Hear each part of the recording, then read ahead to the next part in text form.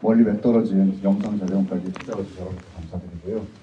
오늘은 거미집 영화의 감독님과 또 배우분들을 모시고 약 1시간 동안 여러분들이 궁금하신 것을 알아보는 시간을 갖도록 하겠습니다. 저는 영상자료 원장을 맡고 있는 김홍주입니다.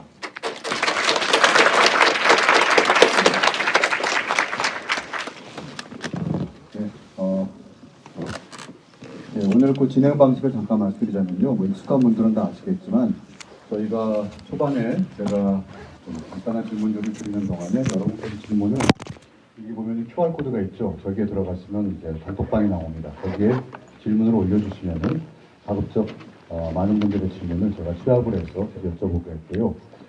그리고 시간이 되면은 마지막 끝날 때쯤에 여러분에게 직접 마이크를 드려서 질문을 할 수 있도록 하겠습니다. 너무 긴장돼가지고 지금 잘 말이 잘 안 나오네요. 오랜만에 올라보니까 또 워낙 엄청난 분들을 모셔가지고 그리고 저희가 예고할 때는 송강호 배우님과 김지영 감독님과 이렇게 얘기했는데요. 오늘 또 이렇게 정수정 배우님까지 참석을 해주셨습니다. 그래서 다시 한번 오늘 와주신 분들에게 일단 박수로 시작을 하겠습니다.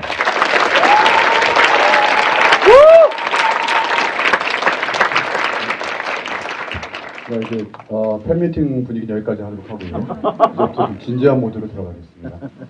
제가 오늘 이 세 분께 우선은 기존의 인터뷰에서 하셨던 것들을 좀 봤어요. 그래서 그 중에서 여러분들이 좀 궁금해하실 만한 그리고 어떻게 본다면은 하실 말이 있을 것 같은 그런 얘기들을 먼저 여쭤보려고 하는데요. 우선 질문으로 곧장 들어가도록 하겠습니다. 질문에 또 구애받지 않으시고 또 인사 말씀을 겸해가지고 말씀해 주시면 좋겠습니다. 먼저 김지영 감독님께 여쭤보겠는데요. 제가 인터뷰하신 중에 굉장히 좀 찡한 부분이 있어서 한번 읽어보겠습니다. 감독님의 그 말 그대로 전달이 됐는지 모르겠지만 코로나19 팬데믹 이후에 기시감이 들었다는 말씀하시면서요. 지난 25년간 데뷔 이래 단편 혹은 광고라도 아무것도 찍지 않았던 해는 없었다. 그런데 팬데믹 이후 1년간 모든 작업이 중지되면서 혼자 과거를 되돌아볼 시간을 강제로 가지게 됐다. 그 기나긴 겨울밤이 거미집의 바탕이 됐다. 또 다른 인터뷰에서는 이렇게 환멸의 시간을 거치면서 영화에 대한 사랑이 줄어들지 않았나 싶은 마음에 거미집을 만드는 것 같다. 이런 말씀을 하셨는데요. 한번 여기에 대해서 좀 여쭤보고 싶습니다. 네, 우선 이렇게 따뜻한 이제 봄날 이렇게 또 주말에 이렇게 여러분들 시간 내주셔서 너무 감사드리고요. 먼저 이제 제 말씀드리기 전에 수정 씨가 이제 갑자기 오게 했는데 사실은 그 설명 좀 드릴게요. 오늘 이제 수정 씨가 외국에 여행 갔다가 저한테 이제 주려고 커피 원두를 가져다 주는 날이 딱 오늘이었던 거예요.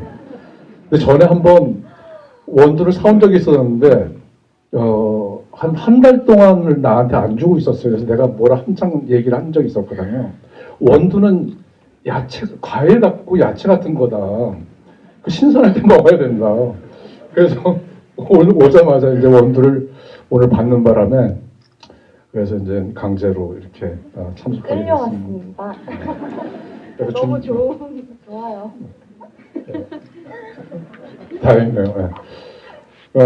하여튼 수정 씨 참석하게 된 이 배경은 그렇게 된 거고. 네, 사실 정말 저는 팬데믹 기간 중에 이대로 영화가 사라지는 것이 아닌가라는 생각을 하게 됐어요. 정말 100년 전에 영화가 만들어지고 인류가 만들어낸 가장 강력하고 광범위한 미디어라고 할 수 있는 그 영화가 팬데믹 기간에 이렇게 허무하게 정말 아무것도 아닌 것처럼 사라지고 마는구나. 내 평생을 다 바쳐서 영화에 대한 어떤 사랑과 애정에는 각자의 어떤 그 온도 차이도 있고 어느 정도 차이가 있겠지만 저 또한 어렸을 때부터 영화만을 사랑해왔다고 생각하고 자부하고 이렇게 한순간에 모든 것이 이렇게 물거품처럼 사라지는 거구나. 이런 생각들을 좀 갖게 됐고, 그러면서 이제 정말 그 인터뷰 얘기한 대로 강제로 영화에 대한 성찰해하는 시간을 좀 갖게 됐어요.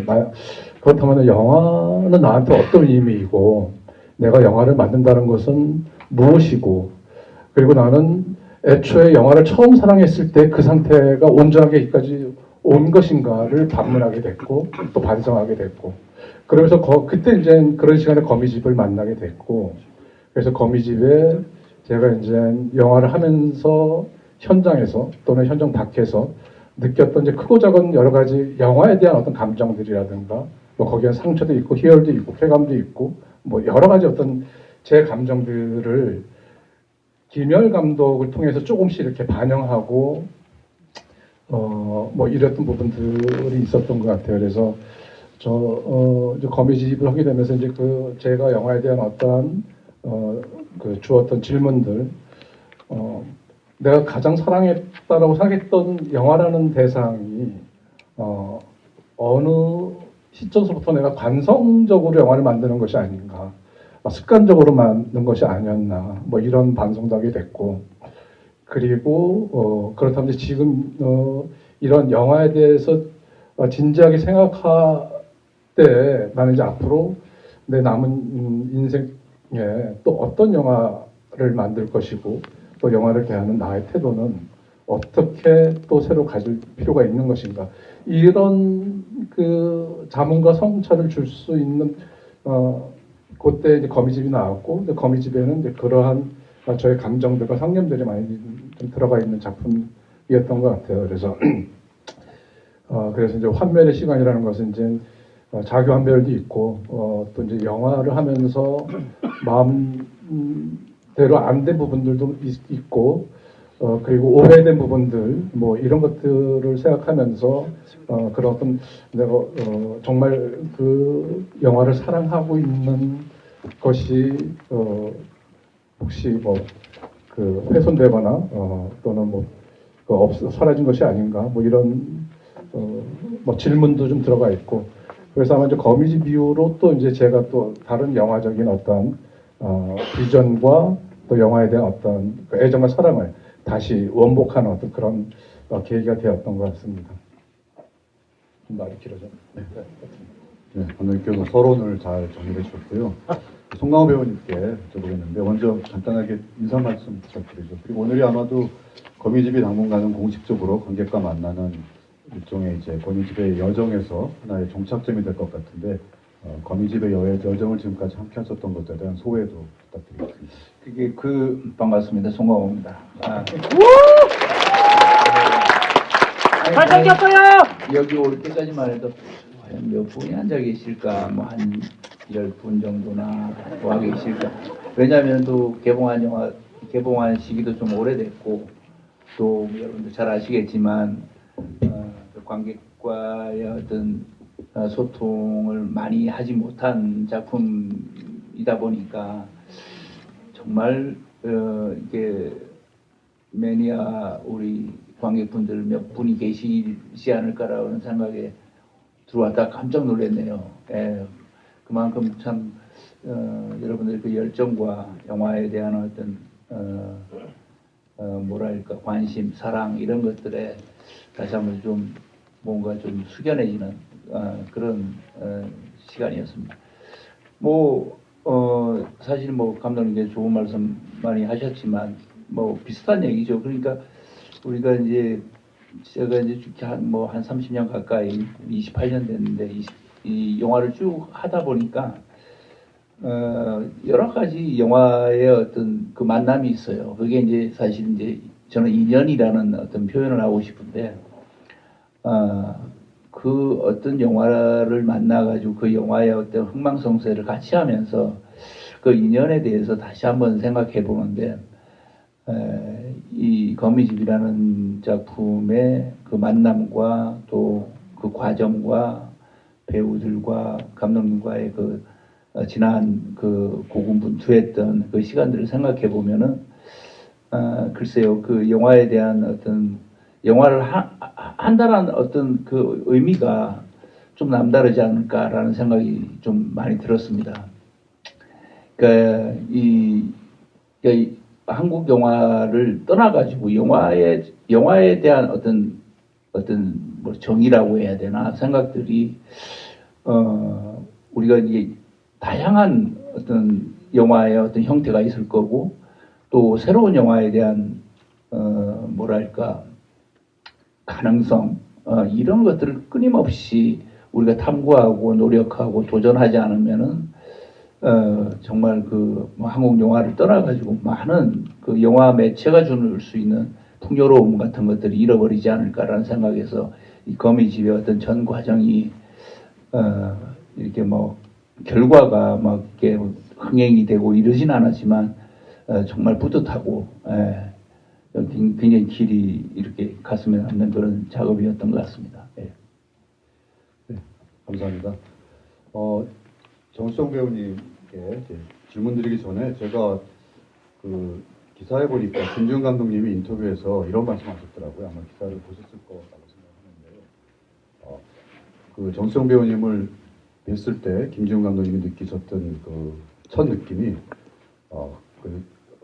화면에서 봤을 때 흑백 영화 화면에서 고전적인 느낌이 물씬 풍기는 것을 보고 깜짝 놀랐다. 클래식에 어울리는 세련되면서도 시크한 면이 있다.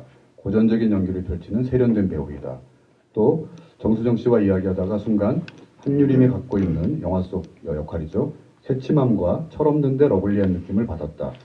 테스트 삼아서 대본 리딩을 해줄 수 있냐고 물었는데 딕션이 좋아서 함께 할 수 있지 않을까 생각했다. 이렇게 간략하게 요약된 게 있었는데 한번 정수정 배우님께서 어떻게 이 코멘트에 대해 생각하시는지 또 이 영화에 대한 소회를 여쭤보겠습니다. 일단 인사 먼저 드릴게요. 한유림 역 맡았던 정수정입니다. 반갑습니다.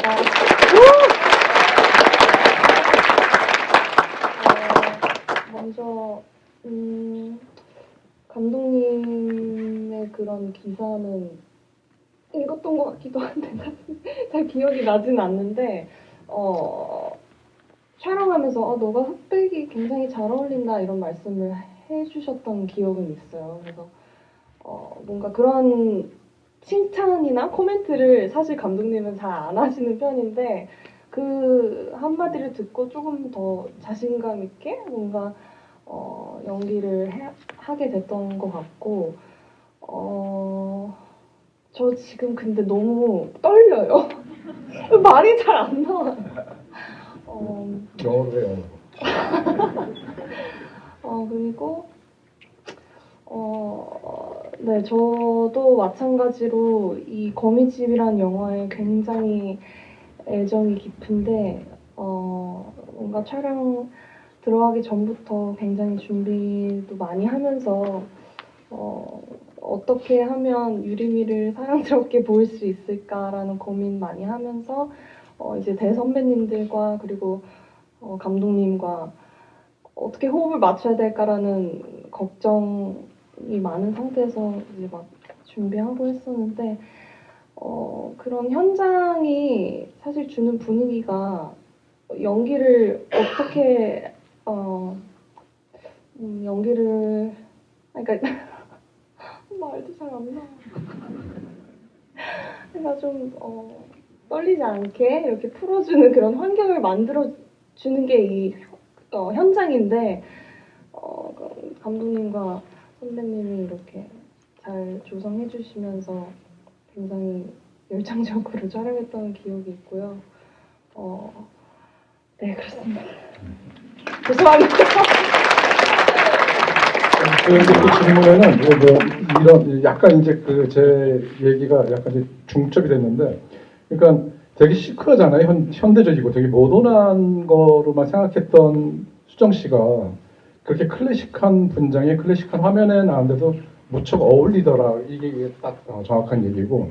그래서 예를 들면 이제 임수정 씨는 오즈 야스지로의 어떤 그 여배우죠. 그러니까 하라세치코를 연상케 하는 그런 메이크업과 그런 태도를 좀 만들려고 했었고, 근데 그 의도치 않게 이렇게 이제 그 클래식한 장면의 어떤 그 룩에도 그 수정 씨가 뭐 옛날에 그 미국 배우였던 뭐 킴 노박이나 글로리아 스완슨 같은 그런 느낌이 막 이렇게 주는 거예요. 그래서 그 정말 우연적인 느낌이지만 그렇게 모던하고 시크하고 현대적인 배우가 이렇게 클래식한 어떤 미장센에서 너무나 잘 완벽하게 보여지는구나 이런 표현이었던 것 같아요. 저도 그렇게 해석을 했습니다. 네, 네. 그러시군요. 그 여기서 이제 그 연기에 대한 얘기를 또 배우분이 계시니까 또 여쭤보자면은 감독님께서 여쭤보시는데요. 이런 말이 있다고 그러더라고요. 저도 기사에서 본 건데 송강호 사용법이라는 그런 말이 있더라고요. 봉준호 감독은 송강호를 찌질하게 그리고 박찬욱 감독은 송강호를 멋지고 근사하게 그리고 싶어하고 김지훈 감독은 자기가 웃으려고 송강호를 찍는다. 참고로 김지훈 감독님하고 송강호 배우님은 5편의 장편을 같이 하셨는데요. 감독님의 데뷔작이신 98년도 조용한 가족, 그리고 두 번째 작품이죠. 2000년에 반치광, 그리고 2008년에 좋은 놈, 나쁜 놈, 이상한 놈, 2016년에 밀정, 2024년 거미집, 그리고 제가 알기로는 아주 초단편 하나를 같이 하신 적이 있죠. 네, 사랑의 2003년에 문소리 씨와 함께 네. 네, 그렇게 5편 혹은 6편을 같이 하셨는데 방금 그 송강호 사용법에 대해서 감독님 어떻게 생각하시는지 한번 여쭤보겠습니다. 아니 그게 무슨 그 SNS에서 이렇게 막 약간 짤처럼 돌아다니는 게 있어가지고 그걸 보고 저는 이제 되게 웃었던 기억이 나는데 근데 진지하게 생각해 보니까 맞는 것 같더라고요. 근데 이제 밀정 같은 경우는 또 멋있잖아요. 예. 그리고 거미집도 약간 이제 섞이긴 했지만은. 근데 저는 이제 그 강호 씨가 하는 어떤 그 유머를 발생하는 어떤 그 타이밍과 템포 그리고 대사의 뉘앙스를 아마 제가 제일 좋아하고 그런 사람이 아닌가 생각이 들어요. 그러니까 저는 그 거미집 찍을 때도 그랬고 이거 모르겠어요. 그러니까 저만 아는 어떤 그런 느낌들이 있거든요. 강호 씨를 통해서 그러니까 그런 코드들이 저한테 있어가지고 저는 거미집도 전 편에 걸쳐가지고 강호 씨가 하는 모든 잔 동작 혼자 막 이렇게 하는 어떤 호흡들 뭐 그 대사를 줄듯하다가 빼는 거 뭐 이런 게 다 재밌고 웃기고 그냥 현장에 있는 시간에 뭐 모든 배우들한테 그런 느낌이 받았지만 강호 씨가 어떤 그 유머를 만드는 어떤 작동 방식이라든가 어떤 호흡 이런 것들이 저는 너무나 재밌고 즐거워서 이 즐거움을 관객분들한테 정말 이렇게 그 느낌 그대로 좀 돌려드리고 싶은 어떤 그런 어떤 뭐 강한 욕구와 욕망들이 있거든요. 그래서 그게 이제 약간 우스갯스러운 이제 짤로 돌아다니긴 하지만 저 생각해 보면은 내가 이제 그런 거 강호 씨 특유의 어떤 뉘앙스를 내가 잘 타는구나 이런 걸 느껴서 뭐 맞는 과연 틀린 말은 아닌 것 같다는 생각을 했던 거죠. 네. 그 송강호 배우님 본인께서는 어떻게 생각하시는지요? 또 이 영화를 일종의 코미디로서도 해석할 수 있겠는데 그러한 것을 어느 정도 연기하실 때 염두에 두셨는지 궁금합니다. 그렇죠. 그 김지훈 감독님은 뭐 조용한 가족 때부터 그 가지고 있는 그러니까 아주 그 정말 독창적인 유머와 뉘앙스의 어떤 분위기가 있습니다. 그 지점이 타의 추종을 불허하고 그는 누구도 흉내를 낼 수 없는 그런 지점 저는 너무 좋고 또 사랑스러워하는 그런 지점이기 때문에 늘 작업을 할 때면은 뭐 5편 했지만 앞으로 또 뭘 할 수 있을지 뭐 못할지 모르겠습니다만 그러니까 그런 지점들이 항상 설레게 만들어요. 아 이번에는 또 그래서 저는 여행을 떠난다라는 표현을 자꾸 하는데 어떤 여행을 떠날까 김지훈 감독님의 작품에 같이 그런 어떤 설레임과 정말 아까 뭐 박찬욱 감독님 뭐 김지훈 봉준호 감독님이 비교했는데 제가 어떤 외신인가 이게 질문을 받은 적이 아주 오래전인 것 같은데 그래서 제가 어떤 표현을 했냐면은 한마디로 남녀가 뭐 풀숲에서 키스를 하는 장면을 이 세 분이 찍고 똑같은 장면을 찍는다. 그러면은 박찬욱 감독님은 키스를 하는 것 같은데 카메라가 가까이 가면은 혀를 깨물고 있고 혀를 절단을 하고 있을 것 같은 그런 감독이라면 봉준호 감독은 키스를 하는데 그 옆에 뱀이 한 마리 아주 무서운 뱀이 한 마리 쓱 지나가는 그런 연출을 할 것 같고 우리 김지용 감독님은 입술로 이렇게 키스를 하는 것 같은데 알고 보니까 코를 빨고 있더라.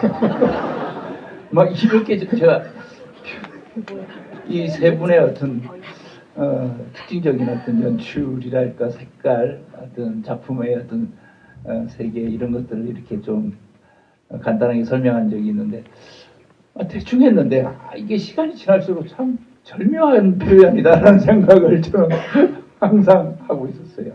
그만큼 또 이제 김지훈 감독님의 이렇게 어떤 자기만의 어떤 연출 세계, 작품 세계의 어떤 미학이 되게 확실한 어떤 자기의 어떤 타에 추정할 수가 없는 그런 세계가 존재하는 분이라서 항상 설레이고 존중하면서 같이 작업해 왔던 것 같습니다. 예. 네, 마침 또 여기 질문이 있어서 좀 돌발 질문을 연이어 드리겠는데요. 감독님들에 대해서 이렇게 묘사를 해주셨으니까요. 최근 배우분들도 많이 감독에 참여하시는데 송강호 배우님도 감독 역할 하시면서 실제로 감독을 하고 싶은 마음이 생기진 않으셨는지 궁금합니다. 저게 한 20년 전부터 그런 뭐 유혹이라면 유혹이고 제의라면 제의들 많이 받고 그러죠 배우들이. 근데 저는 이제 애초부터 생각이 없었고요. 그런 능력이 없기 때문에 그리고 또 배우로서도 훌륭한 감독 작품으로 성공한 배우들 보면 부럽기도 하고 그 재능에 대해서 저는 정말 여러 번 얘기하지만 참 배우하기도 참 벅차다. 예, 그런 생각이고 앞으로도 제가 감독을 할 일은 없을 것 같습니다. 네. 김준 감독님께 그러면 좀 다시 한번 질문 드리겠는데요. 비슷한 질문들을 좀 드린 분들도 있는데 그 25년간 이렇게 작품을 같이 하시면서 송강호 배우님과의 어떤 관계에 대해서 아까도 잠깐 언급했지만 일반적으로 감독과 배우들 간의 관계 이상의 아주 독특한 것들이 있었던 것 같은데요. 한 인터뷰에서 송강호 감독님께서 그걸 이렇게 표현하셨더라고요. 김지훈 감독은 나를 깨름직하게 생각한다. 자기가 머릿속으로 생각하고 있는 모습이 아니라 항상 뭔가 다르게 표현을 한다는 것이다. 원한되는 대로 안 하니까 깨름직하다고 말한 것 같다. 25년 동안 5편을 함께 작업하면서 항상 깨름직한 관계였다. 참고로 깨름직, 깨름칙 둘 다 맞춤법가 맞습니다.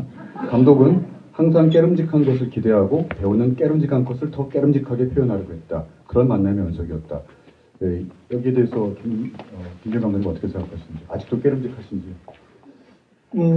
예, 그게 이제 송강호 씨를 처음 봤을 때 느낌이었어요. 그러니까 그때 비연소라는 그 공연을 이제 대학로에서 했는데, 이제 그 공연을 보고 와서 이제 막 되게 뭐 깔깔거리면서 봤고, 이제 그러면서 또 이제 어떤 시사적인 문제도 이제 얘기하고 이제 그런 연극이었고, 당시에 또 되게 선풍적인 어떤 흥행에 성공했던 작품이었어요. 극단 차이모였죠. 그래서 이제 뭐 되게 이제 좋은 공연 한 편 보고 왔다라고 생각했는데 계속 송강호 씨만 자꾸 잔상에 떠오르는 거예요. 계속. 근데 저 사람이 나한테 왜 이렇게 떠오를까? 뭔가 공연을 볼 때도 뭔가 이렇게 다른 타이밍, 다른 뉘앙스로 하는 것들이 좀 계속 걸렸고 도대체 그 사람이 나한테 이렇게 작용되는 게 뭘까? 이런 것들이 되게 이제 그때 그냥 표현이 그냥 깨림직하다는 느낌이 들었어요. 저 배우가 가지고 있는 어떤 기이한 어떤 마성 이런 것들 이렇게 나를 이렇게 계속 내 안에서 그 배우가 잔상으로 남을 정도로 이렇게 작용되고 있는 것이 무엇일까? 뭐가 왜 이렇게 불편할까?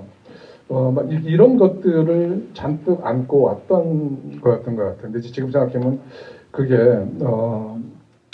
뭔가 되게 약간 예상되는 어떤 지점으로 가는 것이 아니고 뭔가 자신만의 독보적인 색깔과 어떤 그 색깔로 관객들을 새롭게 이렇게 잡아드는 어떤 이런 것을 강렬하게 느꼈던 부분들이 있었고, 그럼 뭔가 예측 불허한다라는 느낌의 연기를 그 당시에 하셨던 것 같아요. 그리고 줄곧 저와 작업을 할 때도 저는 이제 그 강호 씨가 가지고 있는 기본적인 것들은 약간 그 인간적인 모습 또는 서민적인 모습 이런 그런 것들을 친근하게 다가갔다가 가면서도 뭔가 일시의 순식간에 어떤 공간을 얼어붙게 만들고 또 공간을 또 무장해제시키고 이렇게 그러니까 이런 텐션과 릴렉스를 자유자재로 자기만의 독특한 호흡법으로 한다는 거에 대해서 뭐 좀 매번 작품을 가지면서 놀라웠었고 그리고 이제 제가 이제 새로운 컨셉을 갖고 와요. 여러분 조용한 가족도 이제 그랬던 거였고 놈놈놈도 그랬던 거였고 뭐 반치광도 그랬죠. 그래서 이런 새로운 컨셉을 어떻게 해야 되지라고 고민할 때마다 송강호라는 배우가 와서 그거를 그냥 현실로 만들어져 버렸어요. 그래서 저한테는 뭐 그래서 이제 어떤 기사에서 내가 이제 구세주 같은 인물이다 나한테는 내가 이 새로운 컨셉을 가지고 도대체 이걸 어떻게 요리를 하고 어떻게 만들어야 되는지 이걸 한번 해보고 싶은데 라고 고민하고 있을 때 송강호라는 배우가 그냥 알아서 척척척 해줬던 어떤 그런 기억과 그런 결과물 그리고 5편을 했지만 항상 이제 흥행과 뭐 작품의 어떤 성공적인 좋은 결과물로 일정 정도의 어떤 성취를 했기 때문에 어떤 그런 믿음도 있었고 또 강호 씨 뭐 다른 이제 좋은 감독들 뭐 박찬욱 감독, 봉준호 감독, 한재리 감독 이런 좋은 감독분들이랑 협업을 해왔지만 또 송강호 배우와 나만이 보여줄 수 있는 것이 있다라는 어떤 강한 믿음이 있거든요. 그런 것들이 항상 좋은 결과와 어떤 일정 정도 성취를 가져왔던 것이 아닌가 그렇게 생각이 들었습니다. 네. 여기서 정수정 배우님께 다시 한번 또 여쭤보겠는데요. 너무 긴장하지 마시고.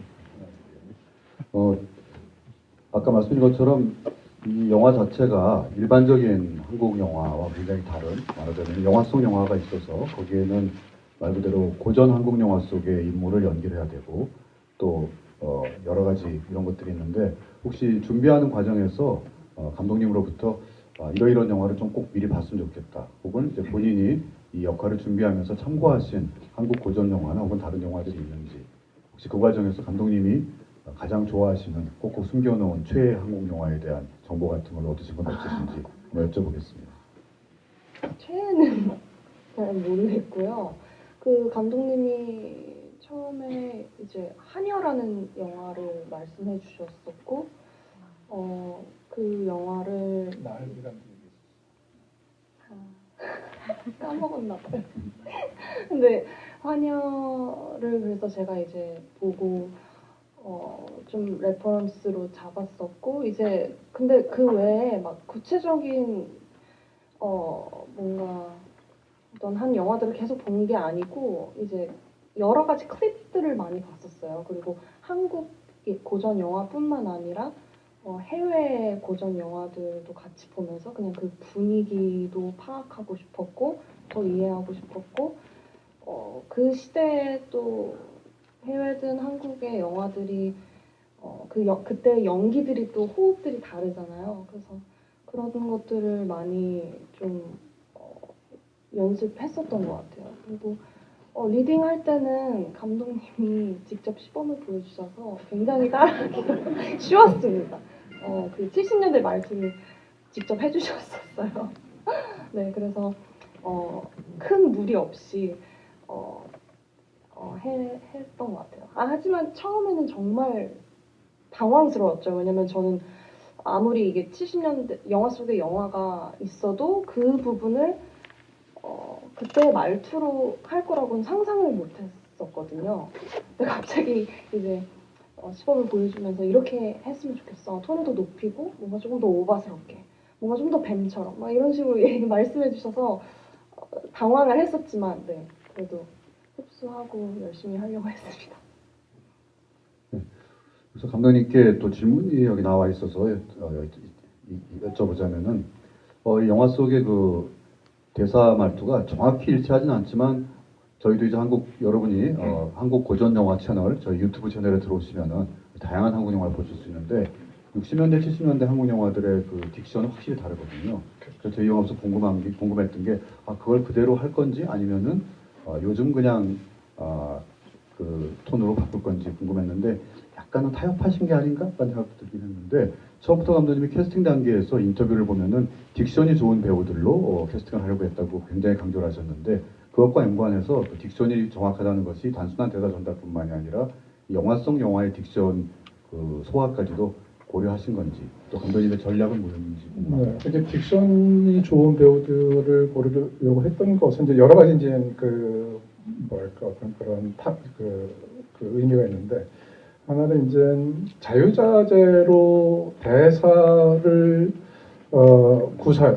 구사할 줄 아는 뭐 그런 배우들이 필요했어요. 그래서 이제 일단 발음의 정확도 그리고 소리 음색의 어떤 청량감 그리고 이제 대사로 무언가를 그러니까 대사로 이제 어떤 성격들을 감정들을 전달할 수 있는 배우들 그러니까 충분히 어떤 대사력이 좋은 배우들로 그 캐스팅을 진영을 짜려고 했었고 다행히 모든 배우들이 다 그 정말 이렇게 말로 하는 것들에 정말 그 천재적인 대가들만 있어서 그리고 또 영화가 이제 끊임없이 이제 그 서로 이제 티키타카를 해야 되는 그런 작품이라 대사를 가지고 잘 놀 줄 아는 뭐 소위 말하면 잘 놀 줄 아는 그런 배우들을 캐스팅을 하려고 했던 거였죠.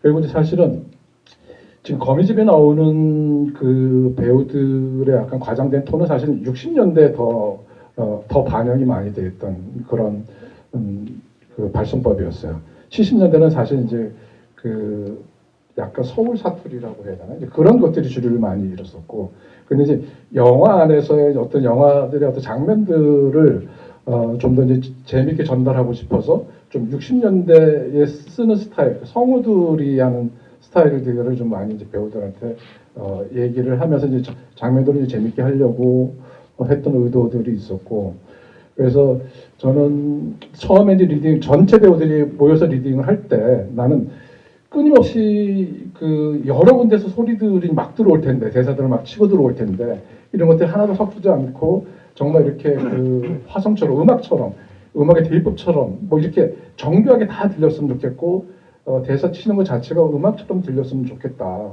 막 이런 주문을 했던 것 같아요. 이제 그러려면 이제 말의 어떤 그 감칠맛 뭐 이런 것들이 잘 들리는 그런 배우들이어야 했고, 근데 뭐 수정 씨도 그렇고 또 임수정 씨도 그렇고 또 특히 장영남 씨도 그렇고 또 박조 선생님도 그렇고 너무나 이렇게 그 딕션들이 좋은 배우들이어서 애초에 제가 의도하려고 했던 것들이 잘 영화 안에 반영됐던 것이었죠. 네, 그러면 조금 이제 화제를 돌려가지고요. 저희가 또 영상 자료인이만큼 또 한국 고전 영화와 이 영화의 관계에 대해서 여쭤보지 않을 수가 없는데 우선 감독님이 한국 고전 영화 혹은 예전에 정말 저희의 선배이자 선배들이신 이른바 충무로 영화인들에 대한 생각에 일단 엿보이는 것이 60년대, 70년대 영화인들은 하나같이 멋쟁이들이다. 일반인들이 생각하기에는 그 당시에는 굉장히 좀 가난한 시절이었고 또 한국 영화가 어려운 시절이었으니까 뭐랄까 좀 꾀죄죄할 것 같은데 그 멋쟁이라는 표현을 하시게 된 근거랄까요? 한번 밝혀주시기 바라고 그리고 감독님께서 또 이 각색을 원래 그 신현식 감독이 쓰였던 각본을 각색하는 과정에서 본인이 추가하신 것 중에 하나가 맞는지 모르겠지만 신상호 감독님 수영 부분을 집어넣으셨다고 하시면 굉장히 의외였거든요. 저희 영화 속의 굉장히 핵심적인 부분이라고 생각하는데 이게 원작에는 없었고 이제 원래 오리지널 시나리오는 없었고 감독님이 각색을 하시면서 감독으로서 넣으신 것. 거기에 대해서 좀 설명 부탁드리겠습니다. 네, 그러니까 제가 이제 이렇게 쭉 어쨌든 뭐 책이나 또는 사진을 통해서 60년대, 70년대 아티스트를 이렇게 볼 기회가 있는데 저는 좀 통틀어서 하여튼 그 당시에 그 지식인들 또는 아티스트들의 모습이 제일 멋있다라는 생각이 들었었고 그리고 뭐 그 당시 이제 예술가들은 이제 되게 이제 예술가 그러니까 아티스트라는 어떤 그 개념들이 이제 강하고 그런 어떤 자부심도 강하셨고 그리고 특히 이제 신상호 감독님은 진짜 그 정말 멋쟁이셨잖아요. 신상옥 감독님 내가 말씀. 신성원 감독님도 진짜 멋쟁이셨잖아요. 항상 이렇게 그 실크 스카프에 약간 색안경을 끼셨었고, 그리고 김수영 감독님도 뭐 이제 빵 모자라고 하나요? 옛날 이제 그 예술가들이 쓰는 그리고 이제 그 담배도 빨뿌리를 많이 피셨었고, 하여튼 그 김수영 시인도 그렇고, 그러니까 모든 그 당시의 지식인과 아티스트들의 모습이 제가 생각하는 아티스트들의 어떤 초상 같은 거였어요. 그래서 이제 그거를 영화 안에 이제 김영 감독을 통해서 그런 어떤 멋쟁이 감독 그리고 이제 또 신성호 감독을 통해서 이제 그런 것을 보여주려고 했었고, 저는 이제 그 김열 감독이 영화 안에서 이제 세 번의 어떤 어떤 내면적인 어떤 만남들이 있는데, 그중 가장 이제 분수령이 되는 부분이 사실은 그 자신의 어떤 선배이자 어떤 멘토였던 신상호 감독을 만나는 장면이 아닌가. 그래서 거기를 통해서 김열 감독의 어떤 불안과 어떤 노심초사와 이런 어떤 그 예술가, 그러니까 좀 더 나아지려는 어떤 예술가의 모습의 어떤 그 위기가 딱 봉착됐을 때 그 감독, 그 선배 멘토 감독의 어떤 영혼의 어떤 대화를 통해서 뭔가 이렇게 다시 자신을 찾는 어떤 그러한 계기로 이제 신상호 감독이 환영과 대화를 이제 나누게 했었고, 거기서 이제 예술가로서의 자기 어떤 내면과 또는 어떤 진짜 어떤 맨 얼굴과 이런 것을 다 드러내고, 그러면서 또 이제 어떤 선배의 예술가의 어떤 용기를 받고 뭐 이런 과정들이 필요할 거라는 생각을 했었어요. 그래서 거기 딱 영화의 반 정도 될 텐데, 그래서 거기서 또 완전히 뒷부분은 이제 어떻게 생각하면 이제 다른 앞에의 그 김열 감독의 어떤 그 노심초사가 나왔다 그러면은 뒷부분 이제 그거를 가지고 이제 박차를 가면서 어떤 이제 소동극으로 변하는 어떤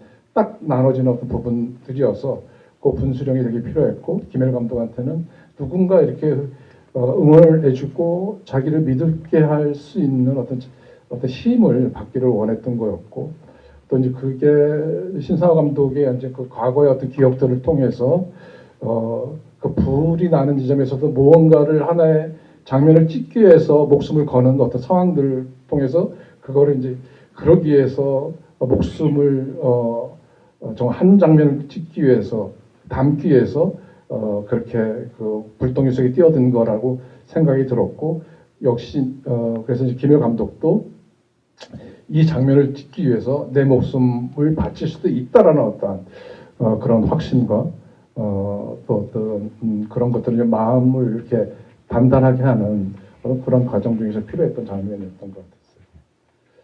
그 송강호 배우님께서 이제 김열 감독을 연기하셨는데요. 이제 이 영화가 기획 단계에서 한때 김기영 감독님의 전기영화처럼 약간 잘못 알려진 점도 있고, 또 영화 이제 개봉 전에 여러분이 뭐 언론 보도를 보셨겠지만 약간의 그런 오해도 있었는데, 일단 그 부분보다도 이 영화에서 김열 감독을 연기하시기 위해서 어떠한 캐릭터를 뭐 설정하신 게 있다면 있었는지, 또 참고하신 게 있었다면 혹시 김기영 감독님이나 신상호 감독님이나 김정은 감독님 같은 분들을 직접 뵌 적은 있었는지 궁금해서 여쭤봅니다. 직접 뵌 분은 한 25년 전에 돌아가시기 전에 신상옥 감독님이 이제 어떤 시상식 같은 데서 제가 인사도 못 드리고 너무 거대하신 분이 돼가지고 멀리 먼 자리에 계시는 걸 한번 뵌 적이 있는데 그게 유일한 것 같고요. 나머지 분들은 다 돌아가셔가지고 뵙지는 못했는 작품들은 많이 봤죠. 그래서 그 특별히 어떤 고 김기영 감독님이나 그 어떤 특별한 어떤 감독님을 모델을 두고 모습을 연기를 한다든지 그런 건 아니고요.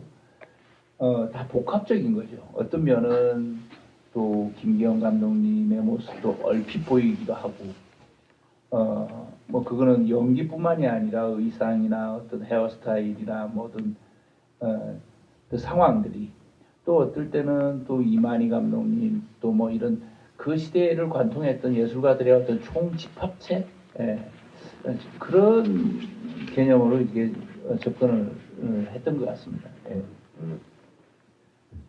그래서 다시 김준환 의원님께 여쭤보겠는데요. 그 신상호 감독님, 그 신상호 감독님이 나오실 때 저는 너무 놀랐거든요. 왜냐하면 저는 생전에 신상호 감독님을 그래도 가까운 곳에서 몇 번 뵌 적이 있는데, 물론 이제 영화 속의 모습은 제가 뵀던 것보다 훨씬 젊었을 때 모습이겠죠. 너무 똑같은 거예요. 저는 정우성 배우라는 것도 몰랐어요, 처음에. 신상호 감독님의 젊은 시절이 제 눈앞에 딱 나타나는데 그 굉장히 댄디한 차림하며 이런 모습들이. 그래서 김준 감독님이 신상호 감독님을 자세히 관찰하실 기회가 혹시 있었나 이런 생각까지 해봤는데 혹시 그런 기회가 있으셨는지, 그리고 여기에 카메오로 정우성 배우님을 캐스팅하시게 된 그 동기가 뭔지 궁금합니다. 제 생각으로는 작년에 파벨만즈에 나온 그 데빌 린치 감독이 존 포드 역할한 건 버금가는 혹은 그보다 더 충격적인 카메오라고 생각을 했는데 부탁드립니다. 네. 그 신상호, 그러니까 아까 이제 그 신상호 감독 등장에 대해서 이제 조금 더 언급을 하자면은 촬영을 하다 보면은 어떤 그 벽을 느낄 때가 있고 어떤 그럴 때마다 큰 영화 감독으로 자괴감을 느끼죠.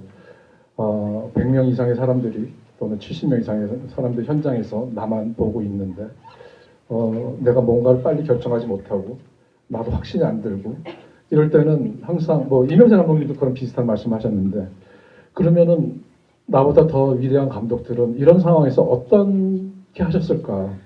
그로저 아키라 감독이라면 또는 뭐 마틴 스코세스 감독이라면 뭐 데이비드 린치 감독이라면 이런 감독들을 소환하게 되는 거예요. 그 감독들이었으면 그런 위대한 감독들이었으면 이때 어떻게 하셨을까? 이런 상상을 하게 되고 그러면서 이제 신상호 감독을 소환한 거죠. 감독님, 내가 이런 지금 가장 이제 절제명의 어떤 위기의 순간이었죠. 그 신상호 감독이 나왔을 때, 그 정말 어떤 영화 현장에서 환멸을 느끼면서 이제 그 자기 분장한 걸 다 뜯어내고 막 그 자기의 감독 방을 다 이렇게 엉망으로 만들고. 그래서 그때 그런 심정이었던 것 같아요. 그러니까 내가 현장에서 벽에 부딪혔을 때, 난 누구를 불러야 되나. 저는 이제 사실은 이제 영화 학교를 나온 것도 아니고, 그리고 뭐 현장파도 아니고, 그래서 스승이 없거든요. 사실은 좋은 영화 감독들, 좋은 영화들이 저의 스승이었어요. 그러니까 나는 누굴 불러야 되나, 이런 생각을 했던 것 같아요. 근데 김열 감독은 어쨌든 부를 사람이 있었고, 근데 그러면서 제가 이제 김열 감독이라면은 그 신상험도 자기의 어떤 그 멘토를 부르지 않을까. 내 심정이 돼서 그 현장에서 느꼈던 나는 누구를 불러야 되나. 어떤 그런 것들이 그런 나의 어떤 바램과 판타지와 욕망이 그 장면 안에 들어 있었고, 신상욱 감독님을 뵌 적은 없었어요. 그냥 사진을 통해서 그분의 어떤 그 드레스업한 그런 항상 현장에서 마치 그 논란처럼 뭐 이렇게 현장에서도 항상 양복을 네, 양복을 입고 심지어 흰 양복을. 네. 그러면서 스카프를 매시고 그래서 와 되게 이렇게 이런 멋쟁이셨고 이렇게 현장에서도 그럼 저 양복을 입어서 저런 어떤 그 복장을 서 있을 때 현장에서 뭔가 이렇게 흐트러지지 않는 모습을 계속 유지하셨을 텐데 그 엄청난 자기한테 대한 어떤 그 자기 견제가 아닐까? 저는 또 그렇게 생각이 들었던 거였어요. 그래서 어쨌든 뵌 적은 없었고 이제 김기현 감독님은 한번 그 해화동 그 집에 한번 갔던 적이 있었어요. 그때 이제 마지막 작품 생애의 가장 대표작을 걸작을 만들 것이라고 하셨던 마지막 작품 악녀를 이제 준비하신다고 하면서 연출부를 조감독을 뽑겠다고 해서 저랑 조영한 가족과 반치광의 프로듀서였던 이미연 감독이랑 같이 불려간 적이 있었어요. 그래서 그 경림동의 그 한여에서 나올 법한 그런 어떤 구조의 어떤 그 가옥에 들어가서 어떤 인터뷰를 했죠. 이렇게 나란히 앉아서 그래서 프랑스 트리포 감독이 400번의 구타의 엔딩 장면에 대해서 얘기를 해봐라. 그래서 저도 이제 해석한 걸 그때 뭐라고 얘기했는지 잘 기억을 안 나는데 뭔가 이렇게 그 그 당시에 그 소년의 마음을 얘기를 했던 것 같아요. 이렇게 스톱모션을 잡은 거여서 사실은 얘가 탈출해서 도망쳐 나오지만은 막막한 어떠한 느낌을 전달하려고 했던 것 같다라고 얘기했고, 이명 감독도 이제 얘기를 했는데 김기영 감독님이 이명 감독한테는 65점, 저한테는 80점 이렇게 딱 하시더라고요. 그래서 이제 저는 이제 제가 아주 조감독으로 뽑히나 보다라는 생각을 했었죠. 그리고 나서 그게 이제 그 제작진에 이제 잘 여의치가 않으셨어요. 그래서 몇 년 뒤에 저 이제 감독으로 데뷔를 했고 그 개봉을 기다리는 어떤 후반 작업 기간 중에 겨울이었어요. 눈이 펄펄펄펄 내리던 날이었었는데 제가 이제 제 집도 그때 이제 그 명륜 해화동 쪽이었었거든요. 그 해화동 로타리에서 이제 그 위로 이제 올라갈 때 그 동네 이름이 뭐지? 하여튼 그 제가 이제 그 김기영 감독님 댁에 밑에 중간 정도에 살았었는데 그쪽으로 막 올라가는데 김기영 감독님이 눈이 펄펄 내리는 날에 이렇게 막 이렇게 종전걸음으로 어디를 내려가시는 거예요. 그래서 저한테 인사를 하러 이제 가려고 막 이제 그때 봤던 조감독 봤던 김지훈이라고 하는데 요번에 이제 데뷔를 하게 됐습니다라고 인사를 하려고 갔는데 너무 바쁘게 가시고 그리고 이제 그 걸음걸이가 왠지 이렇게 불안하게 보여서 말을 시키면 안 될 것 같아서 그냥 뒷모습을 한동안 이렇게 뒷모습을 봤는데 저는 정말 그냥 약간 현실적이지 않는 엄청난 큰 거인이 그 눈 오는 날의 실루엣으로 뒷모습을 이렇게 망연하게 봤던 기억이 났고 그리고 얼마 안 돼서 화재 사건이 일어났고 집으로 올라가는데 회화동 쪽에 물이 이렇게 쫙 내려와 있는 거예요. 그래서 겨울인데 웬 물이지? 라고 생각하면서 올라가서 이제 집으로 들어갔는데 그게 이제 화재 사건이 일어났고 소방차들이 물을 뿌린 거였더라고요. 그때 화재 사건으로 돌아가셨는지를 알게 됐고 그래서 저한테는 김경 감독님한테는 그런 어떤 추억들이 있었습니다. 돌아가신 게 1998년 2월일 겁니다. 네. 네. 이제 이만희 감독에 대해서 좀 여쭤보고 싶은데요. 거기 굉장히 이만희 감독님에 대해서 흥미로운 코멘트를 하셨는데요. 김준 감독님께서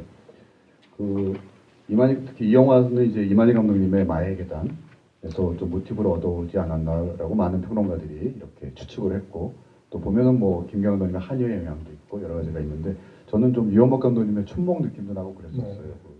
그 내부의 신뢰가. 그런데 이만희 감독님의 작품을 보면은 굉장히 다양한 장르를 하셨고 또 그 각각의 장르에서 완성도 높은 결과물을 만들어내셨고 또 빼어난 미장센 그리고 품격을 갖춘 연출 이런 것들이 어떻게 보면은 다양한 장르의 수용이라는 점에서 김준 감독 본인과 비슷한 길을 걷고 있는 게 아닌가 싶다 이런 말씀하셨는데 감독님의 이만희 감독님에 대한 생각을 좀 듣고 싶습니다.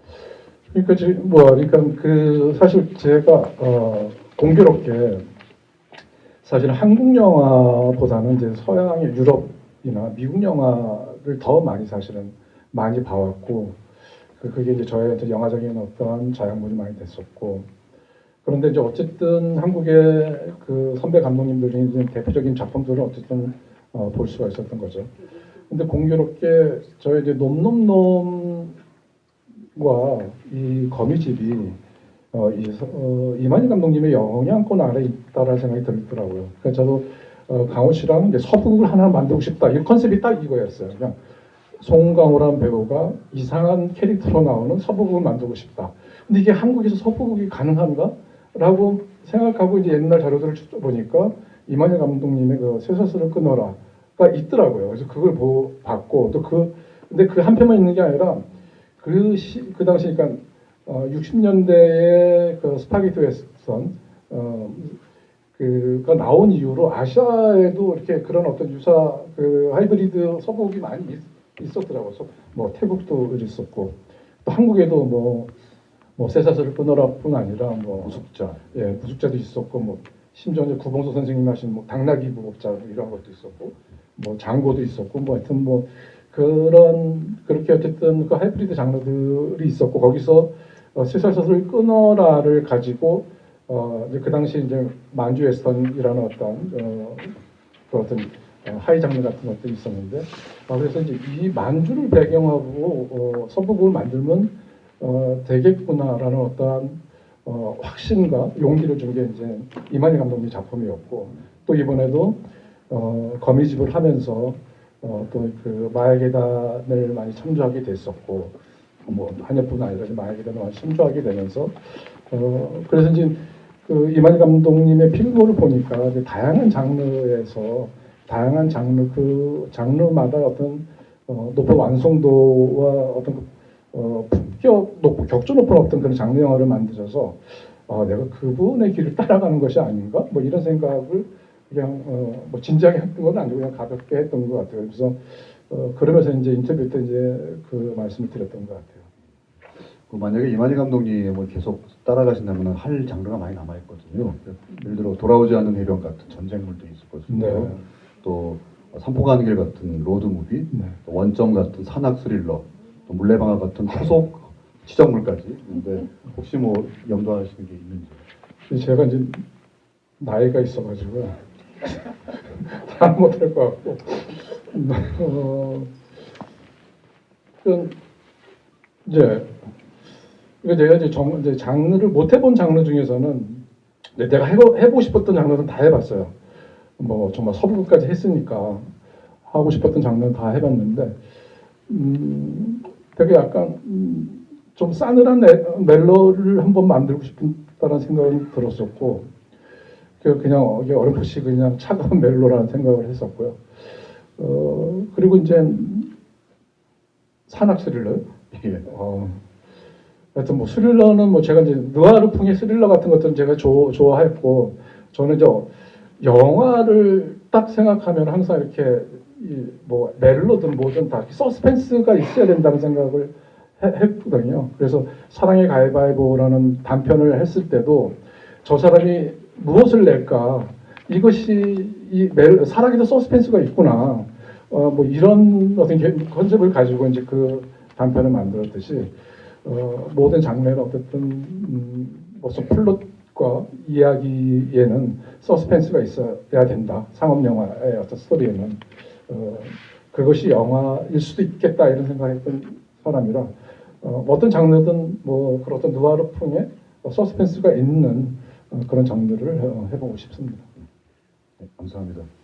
여기서 놈놈놈과 연관해서 이제 송강호 배우님께 좀 질문을 드리고 싶은데요.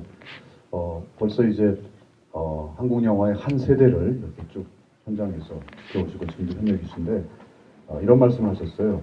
놈놈놈이 혹독하게 현장에 돌아가던 마지막 작품이 아니었을까 한다. 영화 현장 생태계는 많이 바뀌었다. 이제 그렇게 찍으려야 찍을 수 없다.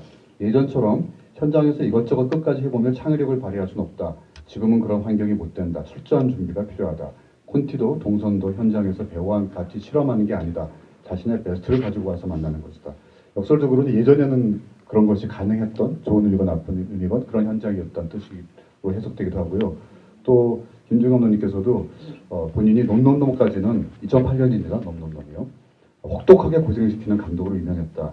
그래서 반치광, 장하홍연을 다시 보면서 정말 내가 너무 혹독하게 현장에서 일했구나 이런 생각을 하신다고 하셨는데 뭐 그것이 가지고 있는 장단점이 있겠지만 어떤 한국 영화의 변화랄까요? 흐름이랄까? 그리고 지금 이 거미집 현장은 그렇게 혹독한 현장이었는지 송강호 배우님께 먼저 여쭤보겠습니다. 네, 계속 이쪽만 보고 있는데 목이 아파가지고 약간 이쪽을 보고 말씀드리겠습니다. 아유 목이야.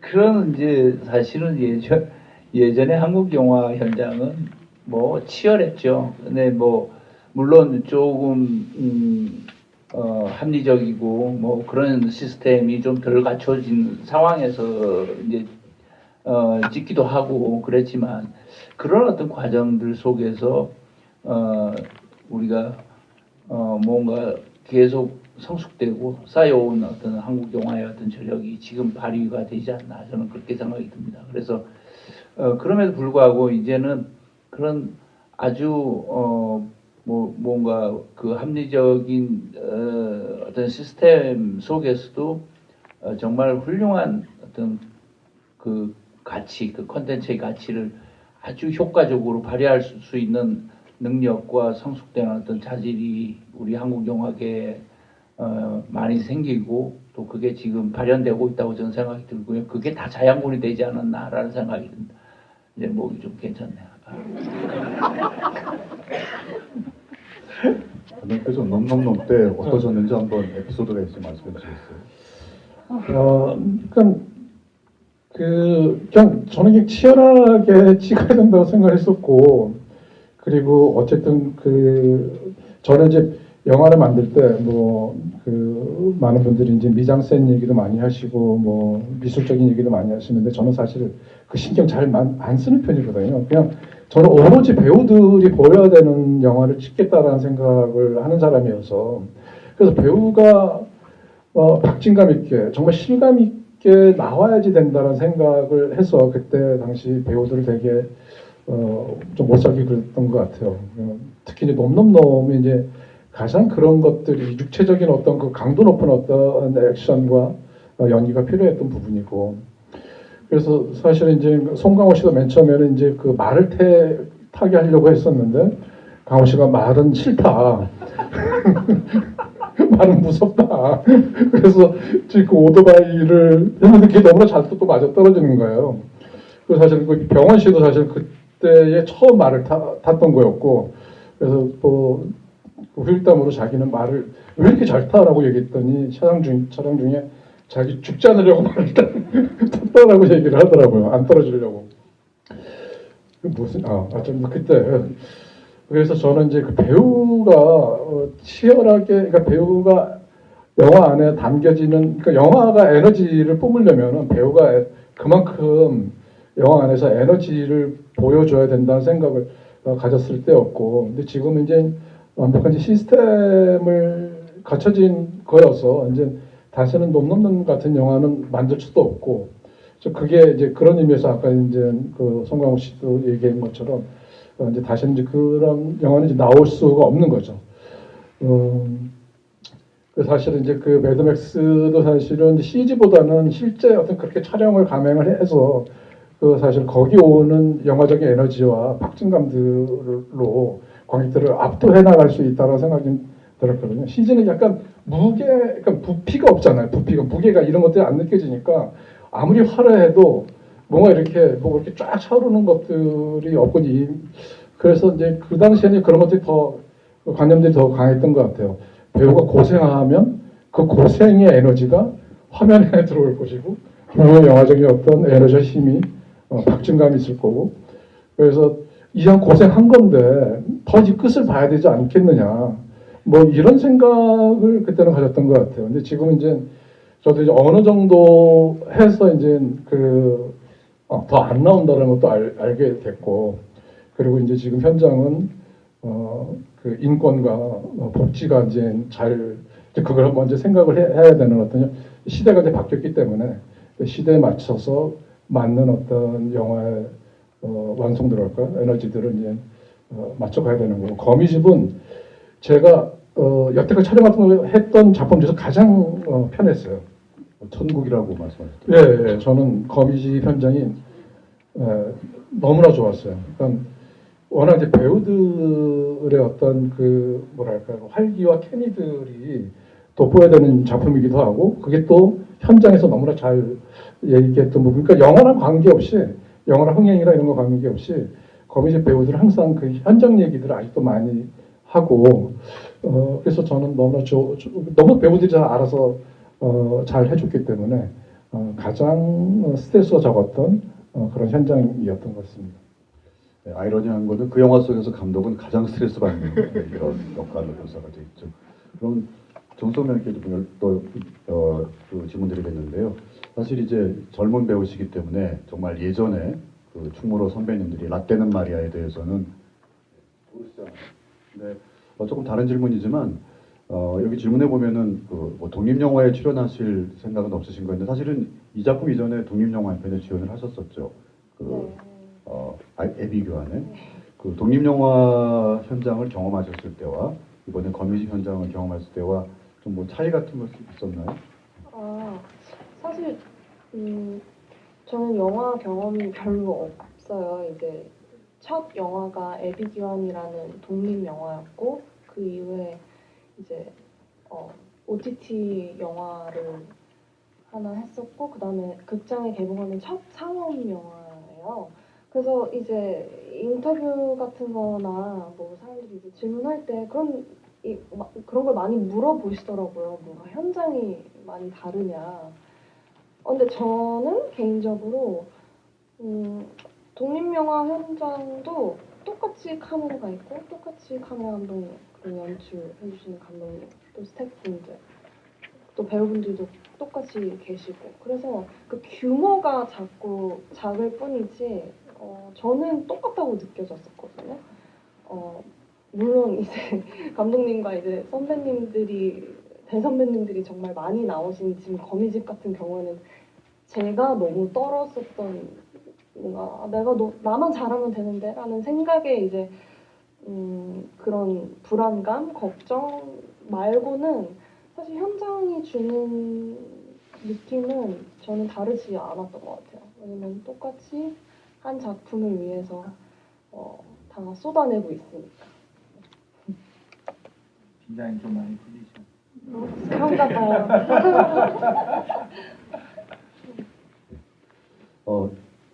이제 여러분들에게 좀 직접 마이크를 드릴까 하는데요. 그 전에 조금 한두 가지만 여쭤보겠습니다. 그래서 이 영화가 이제 개봉 전에 칸 영화제에 그 공식 부분에 비경쟁, 그러니까 경쟁 부분에 들어가 있지 않지만 칸 영화제 공식 초청작으로 갔고 또 저도 이제 가지 못했으니까 언론을 통해서 봤는데 거기서 그 이제 첫선을 보이고 또 한국에서 개봉이 되고 그리고 이제 이후에 김준 감독님은 시네마테크 프랑세즈에서 김준 특별전이 있어가지고 작년도 11월 2일부터 11월 10일 그러니까 저희하고는 좀 자매기관이죠. 프랑스 파리에 있는 그 프랑스의 영상 자료였는데 거기에서는 이제 특별전에 전작품을 다 틀었더라고요. 네, 전작전에 초대를 갔다 오셨는데 그때 감회가 어떠셨는지 그리고 그런 그 해외에 시네마테크니까 아마 좀 영화에 대해서 관심이 많은 일반 대중보다는 조금 더 시네필적인 관객들이 왔을 텐데 그분들은 거미집을 어떻게 바라보셨는지 한번 감독님의 말씀을 듣고 싶습니다. 네, 그러니까 제가 이제 이 얘기는 할 말이 많은데 이제 빨리 축약해서 말씀드리려면은 제가 이제 그 10년 넘게 이제 백수 생활을 하면서 영화를 좋아했지만은 뭐 영화를 어떻게 해야 될지도 모르겠고 또 한다면 뭘 해야 될지도 모르겠더라고요. 현장 가보면 감독이 제일 찌질하게 느껴지고 촬영 감독이 제일 멋있는 것 같고 촬영 감독을 해야 되나? 그래서 뭘 해야 되는 거지? 영화를 하고 싶은데 막 그럴 때였어요. 그래서 내가 마지막으로 내가 영화를 할지 말지 한다면 무엇을 해야 될지 뭐 이런 거를 고민하는 차에 그럼 마지막으로 세상에서 영화를 제일 많이 볼 수가 있는 데를 한번 가보자. 그래서 이제 뉴욕, 베를린, 파리였었는데 친구들이 이제 파리를 추천해줬고 저 또한 이제 프랑스 영화들을 좋아해서 이제 파리를 가게 됐어요. 무작정 가게 된 거죠.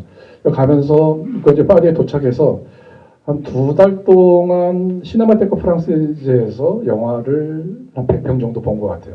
그러니까 뭐 시네마테크 프랑세즈와 거기 이제 그 파리 시내에 있는 아트하우스를 포함해서 근데 시네마테크 프랑세즈에서 영화를 제일 많이 봤죠. 가격도 쌌었고 또 그리고 이제 그 학생증을 제가 위조를 해가지고 그걸로 이제 반값에 볼 수가 있었어요. 이제 그 위조는 안 했어요. 그냥 여학생의 사진이었었는데 그냥 그 당시에는 동양 사람들 구분을 못할 때여가지고 이렇게 보더니 들어가라고 그러더라고요.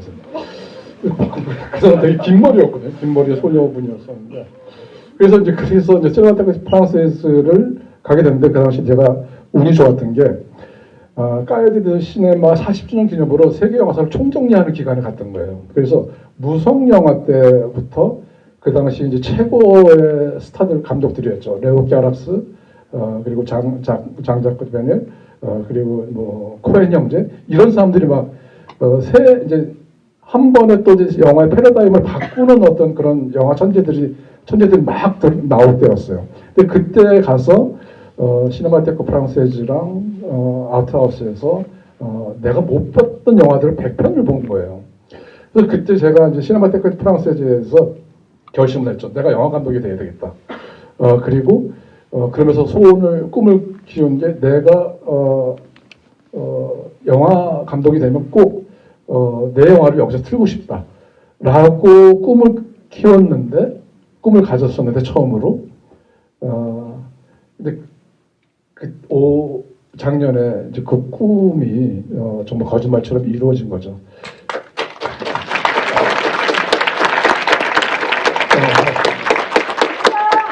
네, 감사합니다.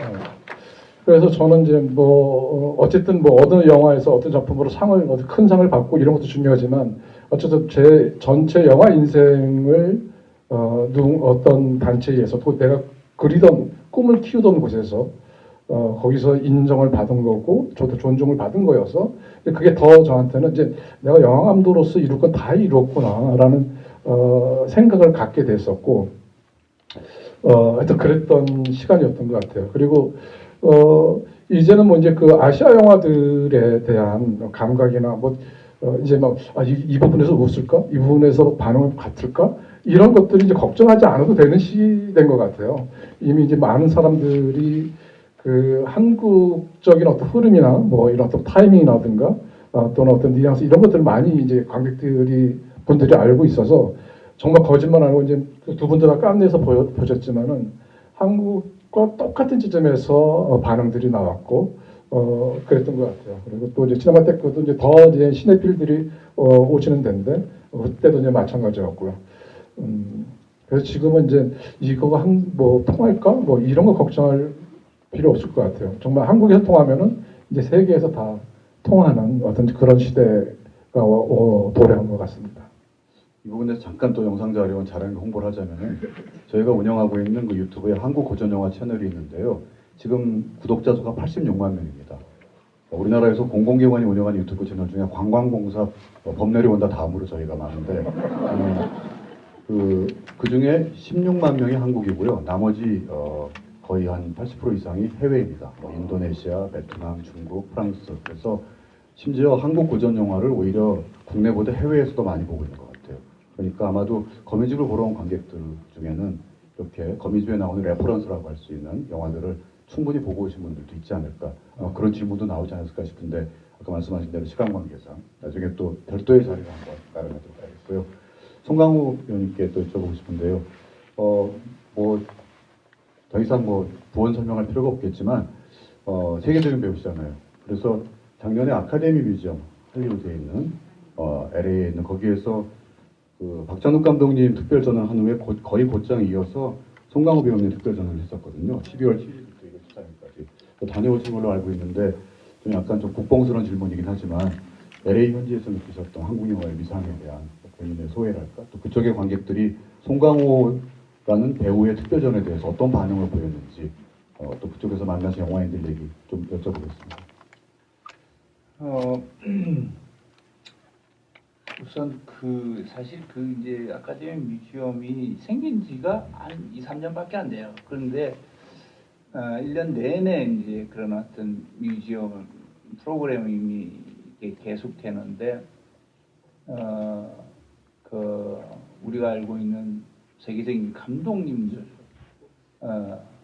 또는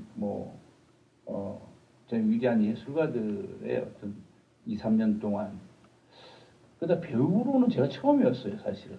그거는 제가 특별해서 그런 것보다는 아마 거기서 한국 영화에 대한 관심과 함께 뭔가 위상에 대한 부분들이 아카데미, 그러니까 헐리우드에서도 이제 예전하고는 어마어마한 시선의 차이가 느껴지는 지점이죠. 이거는 사실입니다. 예, 그래서 그런 점에서 뿌듯하기도 했고 또 김지훈 감독 작품도 거기 다 들어 있지만 그전 한 25년 전부터 해왔던 제 작품들을 이제 전회 매진을 이제 하면서 물론 교포분들이 많이 계시기도 했지만 미국 영화계에 있는 분들도 현존 감독 배우들이 객석에서 다 앉아서 보고 이런 모습을 볼 때는 이거는 이제 정말 실존하는 한국 영화의 힘이다.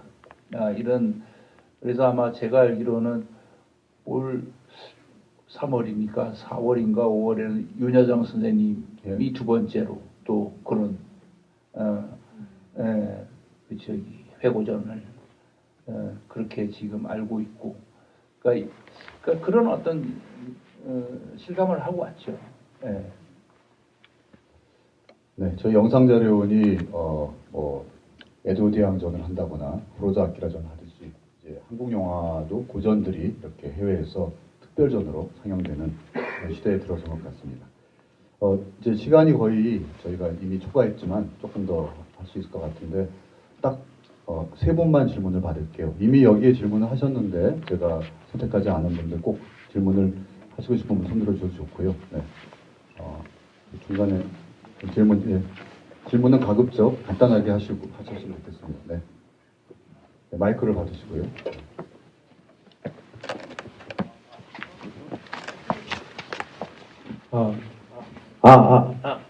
네, 간단하게 저는 거미집 전체적인 내용이 아니라 한국 영화 전체적인 것에 대해 감독님께 질문할 게 있습니다. 옛날에 지금 21세기지 않습니까? 20세기 전까지만 하더라도 이 평생 교육의 일환이 아니어가지고 스태프들의 처우가 되게 열악하지 않았습니까? 그러나 지금은 스태프들의 처우가 많이 옛날에 비해서는 많이 좋아진 걸로 아는데요.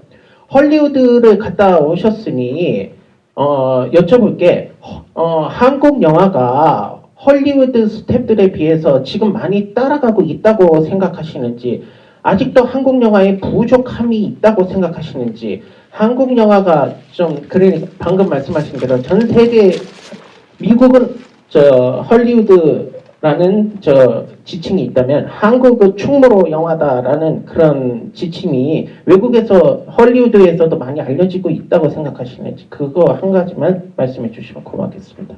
한 가지가 아닌가. 네, 이제 그 옛날에 있었던 그런 관객분들한테 직접 질문을 받고 이런 어떤 또 서스펜스가 느껴지는 그런 순간들이 많습니다. 예, 제가 말씀드리는 건 한국 영화, 미국 헐리우드 영화에 대한 어떤 위상이나 이런 거에 대해서 제가 이제 대표하는 사람은 아니기 때문에 제가 딱 그 질문하신 거에 만족하실 만한 대답을 드릴 수는 없을 것 같아요. 근데 제가 이제 느끼기에는 제가 이제 10년 전에 거의 이제 10년이 다 된 거니까 그 당시는 이제 한국 영화, 헐리우드 이제 주 5일 촬영이었고, 그리고 하루 촬영 시간 12시간이었고, 근데 그 당시에 우리나라는 그런 게 없었어요. 그냥, 스태프들의 어떤 컨디션, 또 배우들의 컨디션을 봐가면서 그때그때, 그래서 대략 좀 아주 열악한 경우에는 15시간, 18시간 하루에 또 그렇게 찍을 때도 있었고, 근데 그때 제가 이제 헐리우드 갔을 때는 그런 것들이 많이 스태프들의 어떤 근로의 어떤 복지라든가 또 처우 개선이라든가 이런 것들이 많이 논의되고 있을 때여서 제가 이제 미국 영화를 끝내고 들어왔을 때는 그 다음 작품이 들어오자마자 한 것이 이제 밀정인데 그때는 이제 표준 계약에 하던 일일 촬영 시간들이 12시간으로 정해져 있는 이유여서 그때부터 조금씩 시스템에 갇혀가였던 거였죠. 그리고 헐리우드 영화는 아무래도 이제 많은 자본이 들어가 있고 또 세계 영화사와의 어떤 괴를 같이 하는 어떤 영화 역사를 가지고 있고 우리나라도 마찬가지지만 거기는 이제 헐리우드 이제 꿈의 공장이라고 얘기한 것처럼 정말 어마어마한 어떤 막대한 어떤 자본들이 들어가는 어떤 시스템이고 이제 우리는 이제 거기에 비해는 이렇게 작은 영화이긴 하지만 아마 이제 콘텐츠를 이렇게 훌륭한 콘텐츠를 만드는 나라는 세상에 이렇게 손꼽으면 몇 나라 없어요 사실.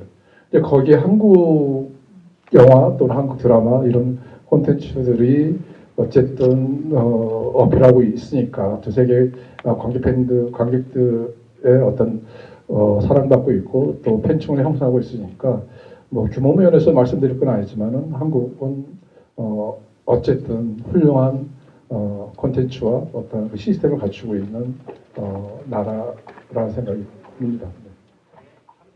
네. 네, 감사합니다. 네, 그럼 다음 분. 네, 아까 앞에 두셨던 여기 마이크 되실까요?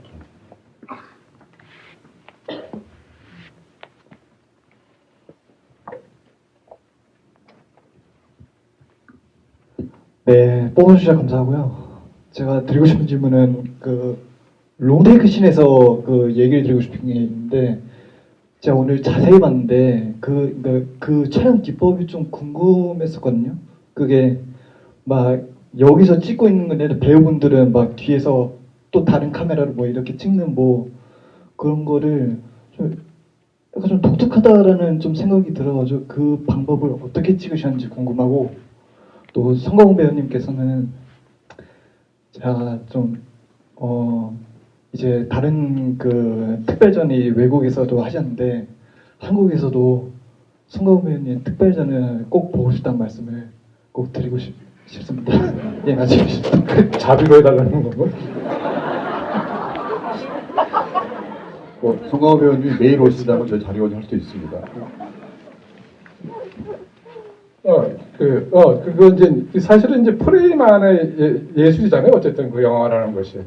그래서 프레임 안과 바깥의 어떤 그 긴장감으로 뭐 서스펜스를 만들기도 하고 스토리를 만들기도 하고 어떤 감정을 만들기도 하는데 그래서 이제 그 현장에 가면은 되게 고혹스럽고 우아한 장면을 찍고 있지만 현장 그 카메라 뒤에는 엄청나게 막 일사불란하게 정말 백조가 이제 물밑에서는 막 이렇게 하는 것처럼 이제 그런 비유에 걸맞게 정말 아수라장이거든요, 사실은. 그래서 이제 그런 영화 현장 지금 찍고 있는 것은 되게 우아하고 되게 정적이고 아름다운 장면을 찍고 있지만 그것을 준비하고 있는 그 실시간으로 그 현장 스태프들과 그 연출진들은 그런 어떤 아수라장의 상태에서 그리고 긴장감으로 이제 그걸 준비하고 있다라는 것을 보여주고 싶어서 이게 영화 현장이다라는 거 하나의 장면을 만들고 관객들한테 사랑받기 위해서 또 관객들을 만족시키기 위해서 이렇게 치열하게 움직이고 있다 뒤에서는 뭐 이런 거를 좀 얘기하고 싶었던 부분들이 있었고 그리고 이제 그 롱테이크 이제 플랑 세캉스라는 건데 이제 거기서는 김영 감독이 사실은 그게 플랑 세캉스 영화 안에서 그 영화가 꼭 필요한가? 이렇게 얘기하면 또 필요한 장면은 일까라는 생각을 해요. 근데 어쨌든 약간 이제 약간 치정 멜로 감독이어서 작가 감독으로 예술파 감독으로 인정받기 위해서 그렇게 어려운 씬들을 막 이렇게 야심 있게 했을 때 그런 어떠한 얘기를 듣지 않을까 이런 어떠한 욕망과 욕구를 이제 표현하기 위해서 이제 그 장면을 집어넣었던 거고 실제로는 3번의 촬영을 이었어요 CG로. 그래서 이제 그래서 이제 그 롱테이크 장면을 만들 수 있었던 거였고 그래서 이런 장면을 찍기 위해서 실제로는 이렇게 현장에서 이런 어떤 치열한 순간들 아수라장의 순간들을 결과로 이런 장면이 나온다 이런 영화의 현주소 현장의 어떤 느낌들을 보여주고 싶었던 거였죠. 네, 저는 뭐 자비로 뭐 할 생각은 없고요. 농담입니다. 지금 구체적으로 말씀을 드릴 수는 없는데 제가 내후년이죠. 26년이 되면 제가 30주년이 돼요. 그러니까 96년도 그 홍상수 감독님의 돼지가 우물에 빠진 날로 데뷔를 했으니까 그래서 그 26년도에 어디서 할 계획입니다. 그런데 그거는 지금 구체적으로 밝힐 수는 없는 게 아직 최종 확정된 건 아니니까 그러면은 뭐 26년에 한번 이렇게 한번 뵙죠. 그 말씀을 저는 방금 처음 들었는데요. 그러면 저도 말씀드려야겠는데 그렇지 않아도 혹시나 싶어가지고 저희가 돼지가 물에 빠진 날을 복원하고 있습니다. 그래서 필름으로 찍었기 때문에 그 당시에 그래서 현재 디지털로 보여줄 수가 없거든요. 그래서 좀 제대로 복원을 하려고 해서 제대로 복원을 하면 좀 예산이 많이 들고 시간이 걸려요. 그래서 저희가 논의를 해가지고 우선순위에 올려서 4K로 복원 중이니까 빠르면 내년도에 보여줄 수 있을 것 같습니다. 네. 그때 보고 네, 한 질문만 더 받고, 예, 제일 앞에 요 드리겠습니다. 네. 네, 부탁드립니다. 안녕하세요. 영화 너무 감사히 잘 봤습니다. 그 송강호 배우님께 질문 드리고 싶은데요. 이제 연기를 하시면서 다양한 역할들을 받아보실 텐데 역할들마다 자기랑 비슷하다고 느끼는 역할도 있고 거리가 멀어서 가정 환경, 환경이나 느끼는 감정이나 행동 양식이 달라서 어떻게 이제 배우들 처음 시작한 배우들은 그런 거에 어려움을 겪는데 배우님께서는 이번 작품을 하실 때 김미열 역할과 배우님께서 어느 정도 비슷한 지점이 있다면 그거를 좀 듣고 싶고요. 만약에 다른 작품을 하실 때 다른 역할을 하실 때 많은 차이를 물리적으로 가지고 있는 역할을 받았을 때 어떻게 다가가시는지 그걸 너무 여쭤보고 싶습니다. 그 얼마 전에 그 키노라는 그 지금 폐간돼 있지만 한 20년 전에 폐간됐는데 이번에 뭐 특집으로 이렇게 긴 인터뷰를 하면서 그런 비슷한 얘기를 드린 적이 있는데 그러니까 이건 우열의 문제가 아니라 배우들마다 그 배역이나 작품을 해석하고 받아들이는 것들이 조금씩 다 다른 것 같아요. 저 같은 경우는 어떤 인물이 어찌됐건 저 송강호라는 사람을 거쳐가지고 그것이 이제 목소리나 모든 어떤 형태의 캐릭터가 이제 완성이 되어가는 그런 연기를 하는 것 같아요. 그거는 이제 키노에서도 그런 얘기를 했는데 저를 거치지 않고 어떤 이미지를 제가 저를 지워버리고 그 이미지를 쫓아가게 되면은 그 흉내를 그러니까 묘사를 할 수는 있지만 모사가 될 수는 없다. 그래서 그러니까 송강호라는 사람의 어떤 육체와 정신을 거쳐가지고 그 사람이 되는 것이 가장 진실된 어떤 연기의 어떤 뭐 궤변이 될지 뭐 하여튼 제 나름대로 어떤 그런 합리적인 얘기를 이렇게 막 만들어내가지고 인터뷰를 했던 기억이 납니다. 그런데 이거는 절대 우열의 문제는 아닙니다. 그거는 그 배우에 맞게끔 배역과 어떤 작품을 해석하고 받아들이는 그리고 표현하는 것들이 다 다를 수밖에 없어요. 그래서 저는 전자의 경우, 그러니까 어떤 인물도 저를 통해서 이렇게 만들어지고 차이가 두고 변해가는 어떤 모습의 어떤 연기를 해왔던 것 같습니다. 네, 네, 감사합니다. 이제 마지막 이제 마무리할 시간이 됐는데요. 세 분께 한 말씀씩 듣고 마무리하겠습니다.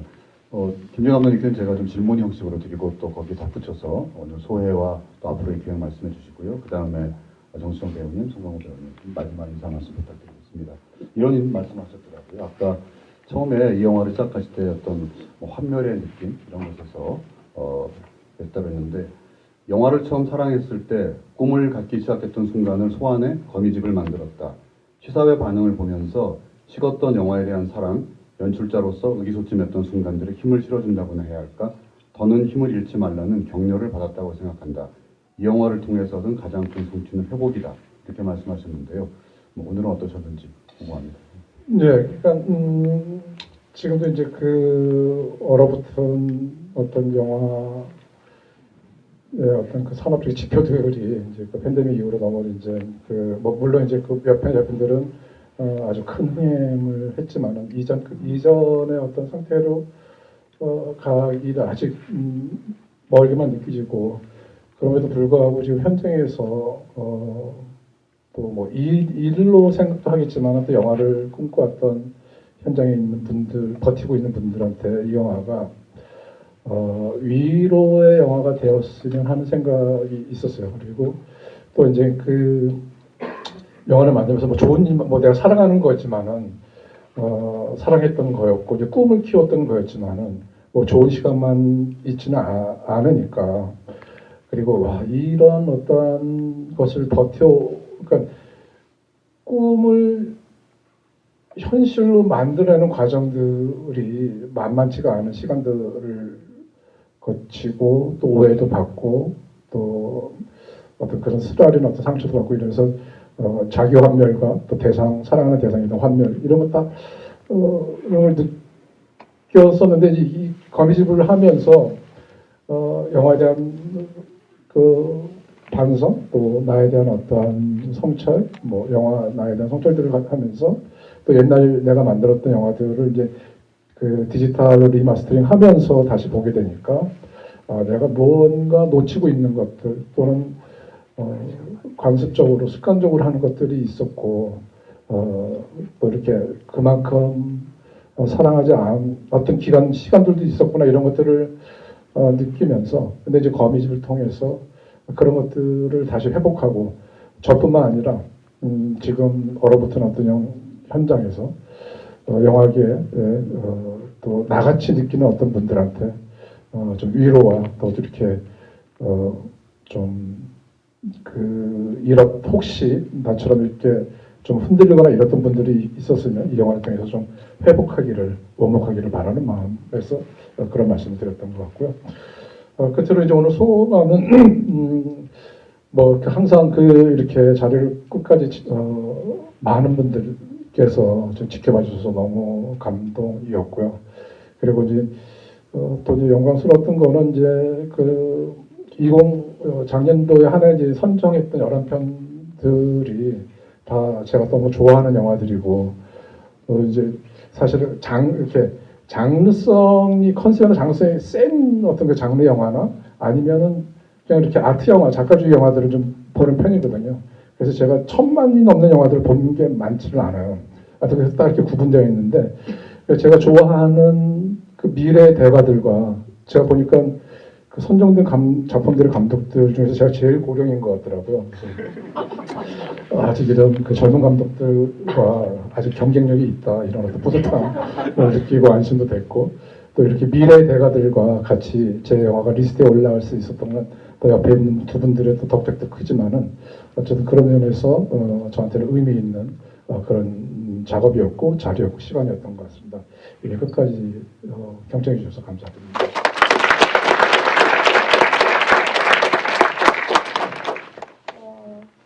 네, 먼저 이 자리에 함께하게 되어서 갑작스럽지만 정말 좋았고 저도 몰랐던 부분들에 대해서 많이 배웠던 것 같아요. 배운 점이 많았던 정말 유익한 시간이었던 것 같고 작년 9월, 10월 이쯤 추석 때 개봉해서 이제 저희 무대 인사 다니면서 뭐 회식도 하고 밥도 먹고 이러면서 기억나는 게 있는데 감독님이 말씀하셨던 것 같아요.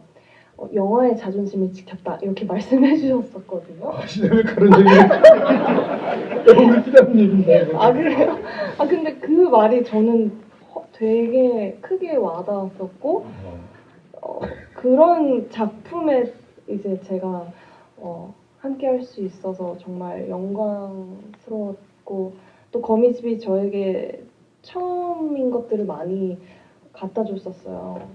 칸 영화제부터 시작해서 정말 특별한 여정이었습니다. 오늘 이렇게 함께 나누게 돼서 정말 좋아요. 감사합니다. 네, 강호 씨 인사말 듣기 전에 이 얘기를 잠깐 설명해드려야 될 것 같아요. 자존심을 지켰다 이게 이제 여러 가지 이유가 있는데 전제가 있어요. 영화는 망했지만 우리가 이제 이 영화 만들기 때 OTT에서 얘기가 많이 있었어요. 근데 OTT로 가면 되게 쉽게 진행이 됐을 것 같았어요. 근데 이제 이게 영화에 대한 얘기인데 이게 어렵더라도 영화로 가자라는 생각이 있었고 그거를 관철시켰고 흥행은 성공하지 못했지만 그런 의미에서 영화에 대한 자존심은 지켰다라는 의미고 영화가 잘 나왔거나 뭐 영화가 훌륭해서 자존심 지켰다 이런 얘기는 아니라는 거 말씀드립니다.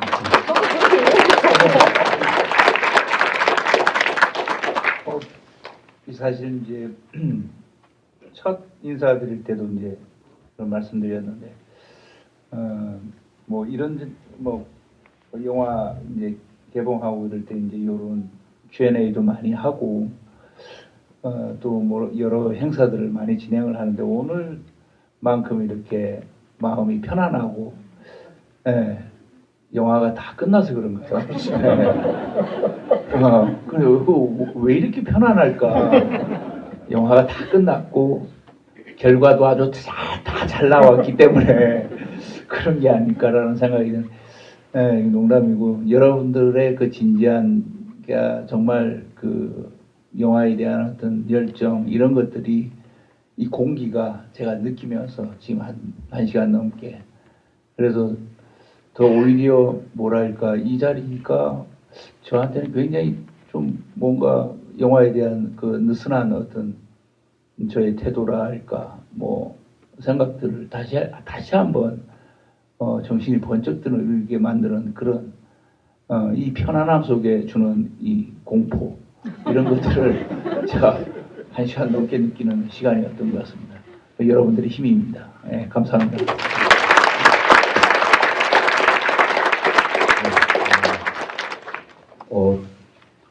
한국 영화의 자존심을 지켜줬다고 했는데 그 자존심은 결국 관객들과 함께 지킨 것 같습니다. 그래서 오늘 이 자리도 그런 오랫동안 계속될 여정의 하나인 것 같고요. 이 세 분의 앞으로의 미래의 활동을 더욱더 기대하면서 박수와 함께 마치도록 하겠습니다. 감사합니다.